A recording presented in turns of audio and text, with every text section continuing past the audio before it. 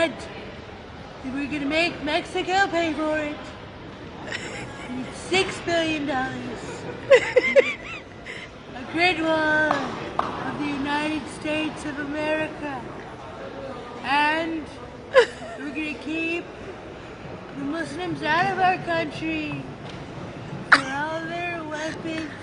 A lot of bad people. A lot of bad people. And we're gonna stop the caravans and everything bad going in our country. And it's all gonna stop by my wall. The Mexicans are gonna walk up to America and see the wall and be terrified. What about Muslim ban?